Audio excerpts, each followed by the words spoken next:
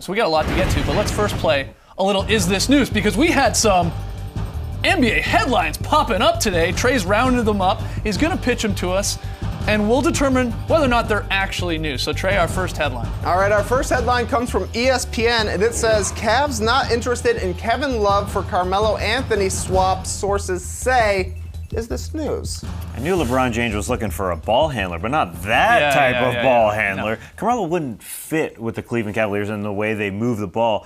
Championship teams are about how parts fit in, and Kevin Love fits in better than Carmelo Anthony, in my opinion.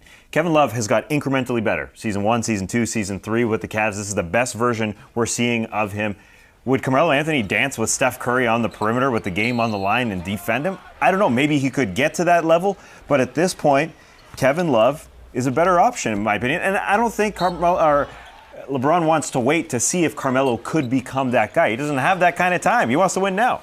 What do you think? Yeah, this doesn't sort of fit what LeBron was saying there before. But I think if Phil Jackson went to Carmelo when they had that chat and Carmelo probably said, listen, if you can get me to a contender, then I will consider waiving my no-trade clause. Cleveland's obviously fits that bill, but the trade itself just doesn't make sense. Even if Kevin Love was to go back to New York, him and Porzingis, I don't think would really fit what they're trying to grow there.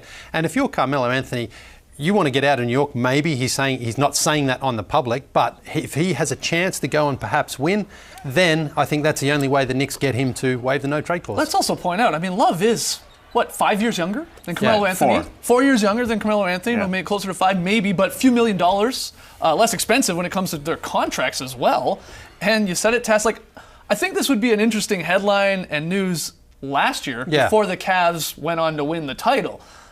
Maybe when they were struggling, and we sat here and talked about the Cavs struggling at that point earlier in the season last year. Then it would have been a little interesting, but it doesn't make much sense now. I know the Cavs are struggling to win games, but the same thing happened last year, and they went on to win the title. So, yeah, it doesn't make sense for the Cavs to make this move. It makes sense for the Knicks to want to try and trade Melo, and for maybe Melo to get out of there and get to a contender. But that's the problem with this whole thing. We have 3 parties that need to be pleased, right? The Knicks and whatever they get back for Melo. Melo to whatever team he actually wants to go to and try and win a title. And then, the team you're trying to trade him to in the first place. It's not just like 1 or 2 teams got to be happy. Melo sort of clouds this whole thing because now there's a limited amount of teams. I don't think it's going to happen. And just his contract as well. That's the thing. I mean, if you're trading him, you've got to get someone who's matching his salary pretty much close, which means you're going to have to give up one of your best players. So, in theory, it makes sense with Kevin Love. But then again, if you're LeBron, you don't want to break up that championship core. He trusts and believes in those guys. He needs a spare part. He doesn't need a big roster-altering move right now. Yeah, championship teams take time to build. Yeah. We've seen it. Yeah, you're right. Kevin Love was part of rumors last year, but that was year 2 of the experiment. Do they think that Carmelo's just going to come in? It's a turnkey. We're winning with a guy who has to handle the ball. It doesn't make a whole lot of sense.